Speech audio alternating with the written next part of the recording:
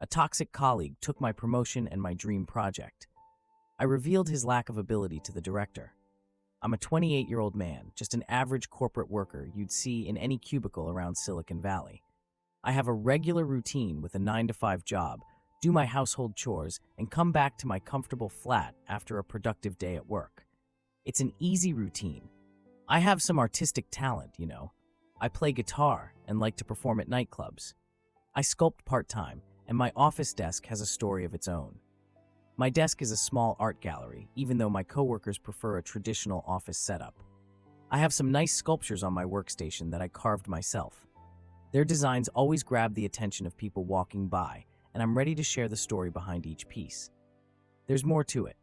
I can tell a good story, especially during lunch breaks. This is my story. That's my story. Derek, 31M, is the reason I'm sharing this with you all. He tries hard to fit in with the rich and famous, even though his life is nothing like that. Derek has an old, worn-out car, wears cheap imitations of designer clothes, and acts like he's rich even though he's just getting by.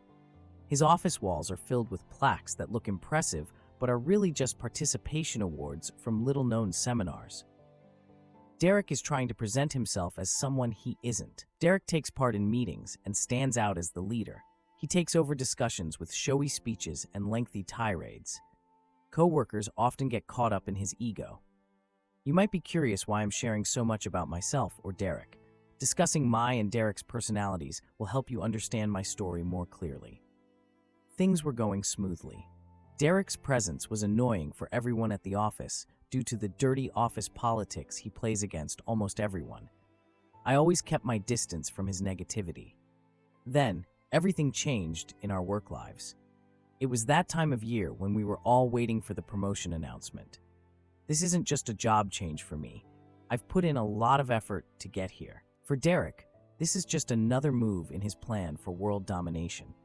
For him, the promotion isn't about my hard work or the real benefits he can bring to the position.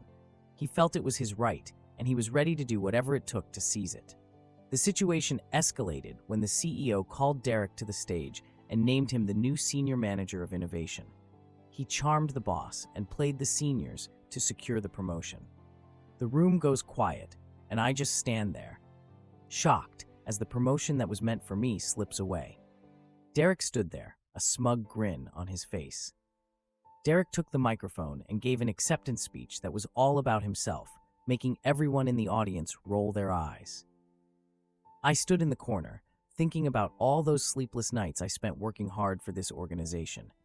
My dreams are shattered, and I don't know how to deal with this situation in my upcoming projects. I hardly ever talk to Derek because of his cold and nasty behavior. Now I need to talk to him directly and go over all those potential projects. I have to deal with his workplace gossip and office politics. I hope he starts taking work seriously now that he's a senior manager. I have a coworker named Sarah, 26, who always has my back at the office. She came to me with understanding in her eyes, ready to help me when I needed it most. She lifted my spirits and encouraged me to stay hopeful. We are not in a relationship.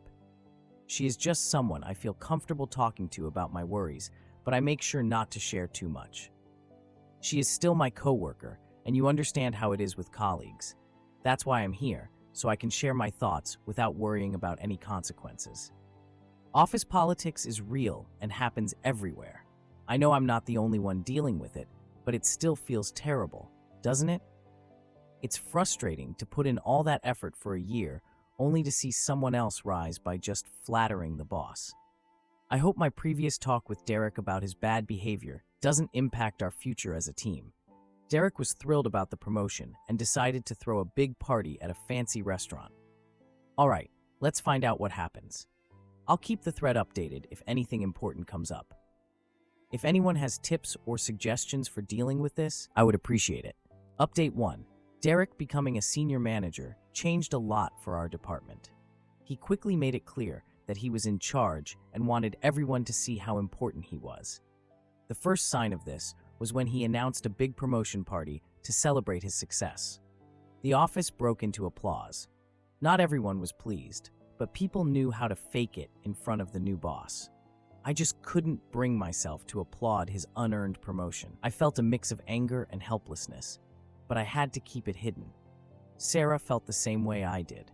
We looked at each other and kept watching the other clowns sing Derek's praise song. When Derek announced the party, I thought that was the only problem I needed to handle.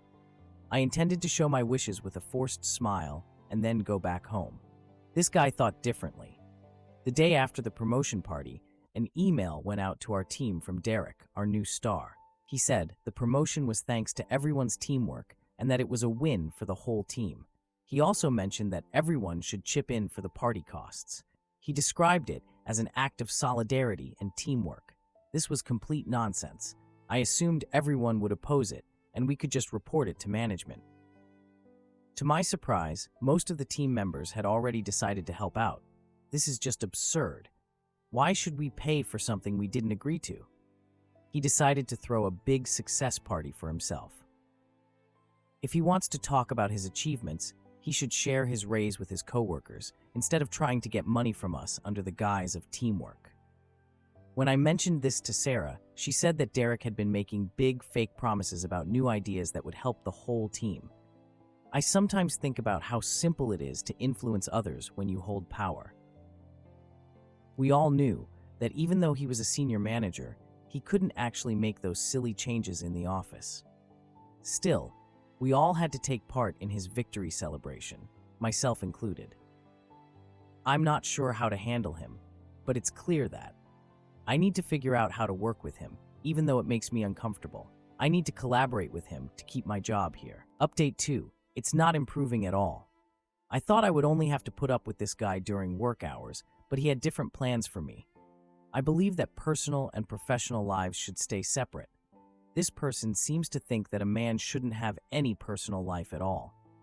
I ended up working late into the night, struggling to manage the extra job Derek had forced on me. Derek has chosen me as his go-to for overtime and extra tasks, and he won't accept a refusal. My nights, once spent on my artistic pursuits, were now taken over by work obligations. Guitar lessons and sculpting sessions are gone, replaced by endless spreadsheets, reports, and conference calls. His demands are unreasonable, and it's clear he's misusing his authority to exploit my commitment to the organization. My personal life is falling apart, and I long for the times when I could focus on my art and unwind with friends.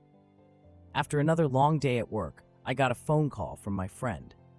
He invited me to join him and some old friends for a jam session at a local bar. We used to do this regularly before Derek's promotion made things hectic for me. Derek was working from home that day, so Sarah offered to take care of one of my unfinished tasks while I went to the party. She saw how tired and frustrated I was while trying to balance work and home responsibilities. Reuniting with my friends and my music after such a long time felt amazing. I nearly pushed aside my awful office life and the antagonist, Derek. After the jam session wrapped up, I couldn't shake the thought of the tasks I had left undone at work that Sarah had to take care of. When I got home, I felt uneasy knowing I couldn't let Derek's power moves control my life beyond work. I wanted to return to the bar and play more, but I had work the next day. It was clear that managing my job and personal interests would be tough, but I couldn't shake the feeling that I shouldn't let my artistic spirit fade.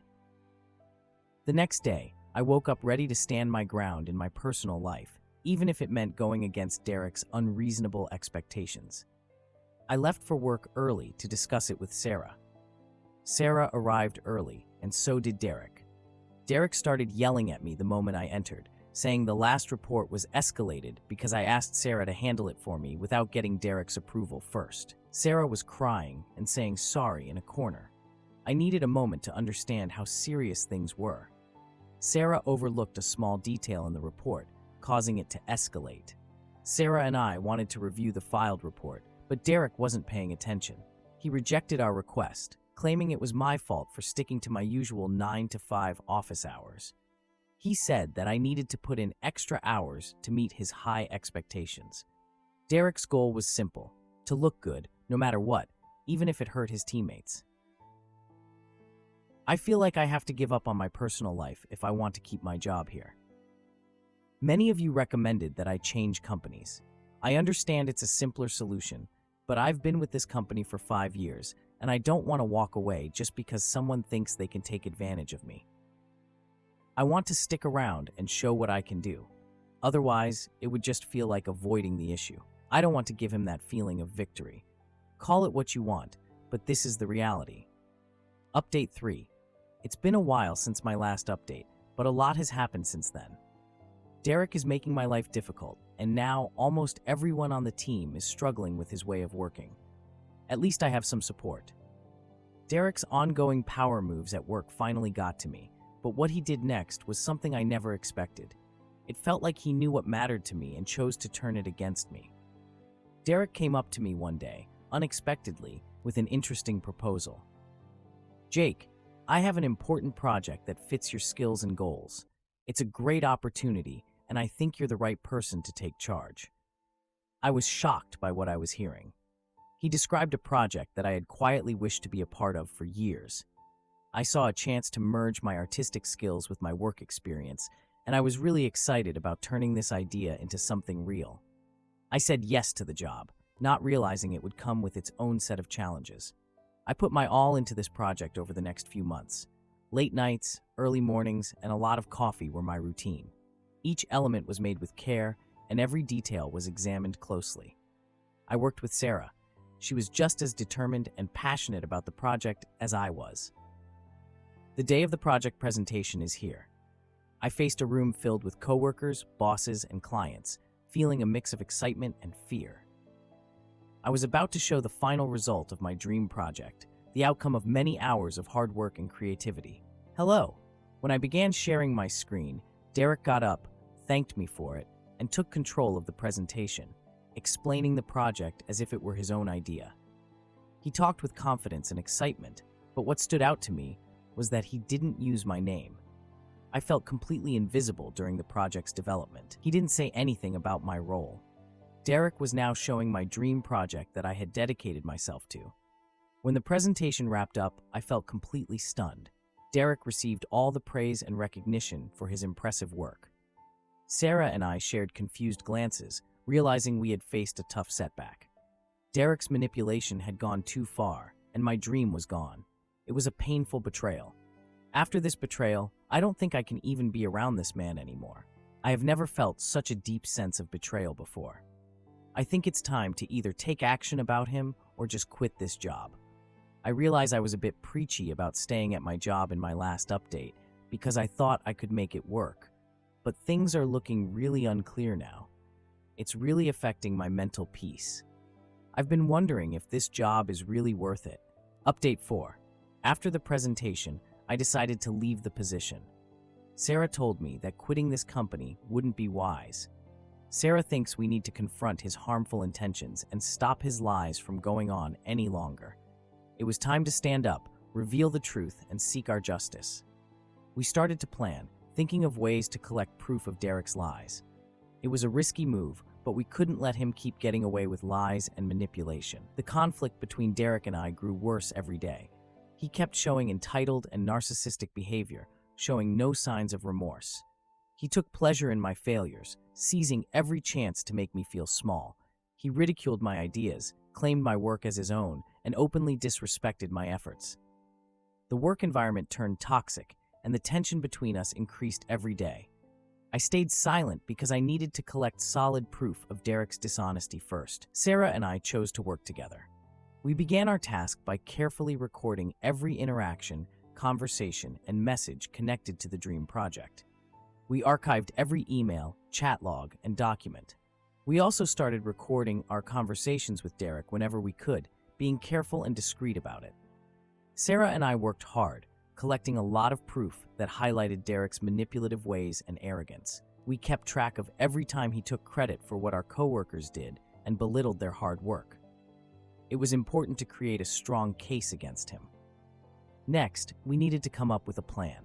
Sarah and I stayed up late thinking of ways to reveal Derek's manipulations. We realized that confronting him directly would only make him smarter and help him hide his actions more effectively. We had to think smarter than him. One evening, while going through company emails, Sarah and I found a shocking amount of deceit. Do you recall the situation that Derek mentioned was caused by Sarah when I left for my jamming session early? We discovered that Sarah's report was accurate. It was Derek who accidentally altered some values in the final report, leading to the escalation. Usually I'm the one who gets angry quickly, but after seeing this evidence, it was Sarah who wanted to punch Derek right in the face. After giving her some water and sharing a few old jokes, we both laughed, realizing that things were definitely going to change. We gathered all the evidence and went to HR to talk to the manager about it. He was surprised after learning all this. HR mentioned that he only has the authority to issue a warning letter to him. He needs to ask Derek to send an apology email to us both. He said that won't be enough punishment for him. He said that if we could share the incident with the director of the Innovation F team, things might improve significantly. We came up with an innovation project, developed it, and pitched it to Derek. He, the gold digger, sought an opportunity that would put him in the spotlight. His aim was to lure Derek into showcasing it, believing he could claim credit for another project. When Derek asked us to share the project details, we altered the data that had several loopholes. We didn't go into detail about the project with Derek, only giving him a brief overview. We were worried that Derek might discover those myths, but he never did. That's why we refer to him as undeserving. The day of the presentation came, and we were filled with excitement. The room was packed with team members and colleagues, all excited to learn about the project we had developed. Every project presentation must include the director, so he was present as well. Derek, eager for attention, was ready to step into the spotlight. He started the presentation with clear confidence. He showcased the fake project with the same charm and confidence he had during my dream project presentation. The room was focused, and Sarah and I exchanged knowing smiles, aware that our plan was going smoothly. As Derek continued with the presentation, he began to make mistakes about the project. The audience became more confused, and it was obvious that Derek had walked right into our trap. When Derek struggled to explain the facts and figures to the director and others, I stepped in and clarified, providing the logical reasoning behind it. I took the screen from Derek and showed my numbers instead. I informed Derek that he was displaying the old version of the project, which contained errors, and that Sarah and I had corrected them in the latest version. The director asked me if I was the one who completed the project. I confirmed it was me and Sarah who did this. The director asked Derek why our names weren't included and why we didn't get credit. Derek attempted to protect his reputation and shift the blame onto me. He mentioned that he had asked me to include our names in the credits, but I didn't add them. I also played it smart and mentioned that I thought it was normal for Derek to present my project. The last few projects ended up the same way, with Derek getting all the credit while my name was never mentioned, not even once. The room went quiet and Derek's face turned bright red. It felt great to win. We got back at Derek, not just by humiliating him, but also by reclaiming my dream project that he had taken from me. The director exited the room and motioned for Derek to come with him to his cabin. After about 15 to 20 minutes, I was called into his cabin. Derek was still there when the director asked me to present the previous projects I said were mine. I opened my laptop and showed the project. I responded to all the important questions he had about the project. Derek informed the director that I was fabricating stories to damage his reputation and seek attention for myself. The truth came to light.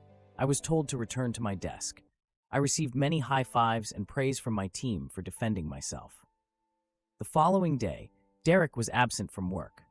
My HR friend mentioned he requested to work from home because there's an investigation against him for allegedly manipulating others' work. The authorities have received additional complaints about him. SAS also reported him for the data manipulation issue.